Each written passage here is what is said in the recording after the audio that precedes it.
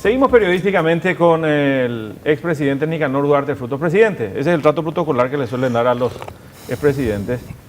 ¿En Venezuela hay dictadura o no? Porque recuerdo, durante tu gobierno tenías muy buena relación con Hugo Chávez. Sí, para mí Hugo Chávez y Maduro son figuras totalmente opuestas.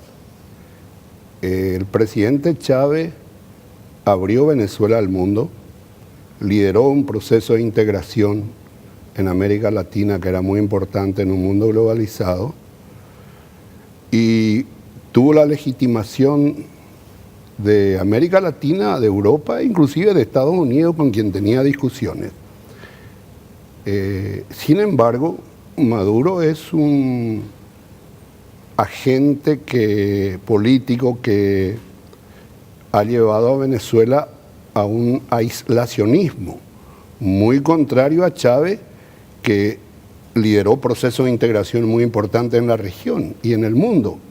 Sin embargo, hoy Venezuela vive una deriva autoritaria, una dictadura militar, con un presidente civil que depende exclusivamente de la cohesión de las Fuerzas Armadas para su sostenibilidad. Venezuela pasa por una deriva autoritaria, con una crisis humanitaria muy grande y donde hoy las grandes movilizaciones ya superan los clivajes políticos. Las grandes movilizaciones hoy en Venezuela están impulsadas por las bases chavistas, por clase media, por sectores que no pertenecen a los bandos políticos, digamos, en disputa, sino que están luchando por cuestiones, hasta diríamos, prepolíticas: el alimento, la medicina, la subsistencia. Y esa es la situación que se vive en Venezuela. Ahora, lamentable. No eran contextos regionales diferentes. Chávez vivió también una época, aparte de esa época, en medio del auge de la izquierda en Sudamérica, gobiernos los socialistas, progresistas, bueno, busquémosle el rótulo que queramos, pero importantes: Argentina, Brasil, Uruguay, Chile, diferentes. Sin embargo, hoy Maduro, ya en esta época final, parece ser, de su gobierno, a pesar de que asumió por 6 años más, está viviendo un cambio de signo en la región. ¿Tiene alguna explicación regional o no esto? Claro que son contextos históricos totalmente diferentes. El progresismo tuvo una hegemonía de casi 10, 12 años. ¿Por qué se agotó? ¿O por qué la gente descreyó? Para mí, los gobiernos denominados de izquierda lograron grandes avances, grandes conquistas sociales, grandes procesos institucionales de redistribución de la riqueza, mecanismos de redistribución de la riqueza que producían esos países. ¿Dónde se produce, para mí, el déficit de estos gobiernos que va a terminar generando la reacción de la sociedad y fundamentalmente el regreso de sectores de extrema derecha como Bolsonaro y otros más bien conservadores? ¿Por qué? Porque estos gobiernos de la Argentina, de Brasil especialmente, descuidaron la ética republicana, el manejo honesto de los bienes públicos, campeó una corrupción muy fuerte, por lo tanto ha fracasado en la construcción de una ética republicana, de una transparencia en el manejo de la cosa pública. Y segundo, el gran fracaso de los gobiernos progresistas en América Latina, para mí, fue la debilidad en la seguridad interna. ¿Por qué? Porque con el pretexto de los derechos humanos se adueñaron de las calles, organizaciones criminales, y los pueblos sintieron el desamparo y el temor. Por eso Bolsonaro, por ejemplo, su discurso más importante es policía que actúa correctamente, policía que mata. Disparen, apunten a la cabeza y fuego. Y otros sectores más fuera de América Latina, estamos viendo que hablan de un nacionalismo como Donald Trump.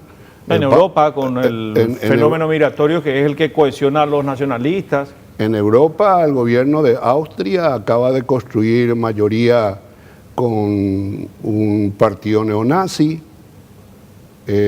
Hay una derecha muy fuerte, autoritaria en Turquía, con Erdogan, Italia, que desarrolla una política xenofóbica de exclusión, y en Francia no ganó Marine Le Pen. Pero está cerca. Y bueno, hay evidentemente un regreso de ideas alejadas de lo que fue la globalización, el mundo multilateral. Donald Trump, en el último discurso que yo tuve en Naciones Unidas, ahí en el seno de las Naciones Unidas, expresó que no le importaba el multilateralismo. Así mismo. Entonces, hay sociedades que vuelven a cerrarse sobre sí mismas. Hay un nacionalismo nuevo que puede ser muy peligroso, un nacionalismo chauvinista, un nacionalismo excluyente que pretende construir muros, o que pretende liquidar a los afro, a los extranjeros, y bueno. ¿Y nosotros en dónde estamos? ¿Qué somos nosotros? Digo, somos un país conservador esencialmente, un país sin grandes cambios en lo social, pero no vemos políticas de shock tampoco que nos saquen en términos de pobreza o en términos de exclusión social del pozo en Latinoamérica. La democracia en el Paraguay ha permitido, no lo digo yo, dicen los números del Banco Mundial, del Banco Interamericano, de los organismos internacionales, la reducción de la pobreza. Sí, tenemos 15 años... Seguimos siendo furgón de cola en Latinoamérica. No, pero hubo una reducción de la pobreza importante. Estamos por 15 años de crecimiento económico, y creo que este año el único que va a crecer es Paraguay en la región, Argentina -3. Con Perú, creo. Perú sí, Argentina -3, Brasil podría crecer 1%, Paraguay podría crecer 4%, un poco más. Perú es una economía que se está recuperando. ¿Y qué somos? Somos un país con grandes posibilidades de desarrollo. Nosotros no tenemos problemas migratorios, salvo la migración interna del campo a la ciudad, que sin un proceso de industrialización es una bomba de tiempo. Todos los procesos migratorios en América Latina, del campo a la ciudad, se dieron incentivados por procesos de industrialización en las grandes capitales. Acá no, acá son cinturones de miseria. Acá la migración del campo a la ciudad es producto del avance de una agricultura empresarial, de la especulación inmobiliaria, y eso genera grandes demandas en central, en capital. Pero bueno, nuestro país tiene la posibilidad de seguir creciendo, de profundizar políticas sociales, y creo que el presidente Mario Abdo Benítez es un líder que está llevando con mucha inteligencia el proceso en nuestro país. No hay polarizaciones fuertes en el Paraguay, no hay disputas étnicas, tenemos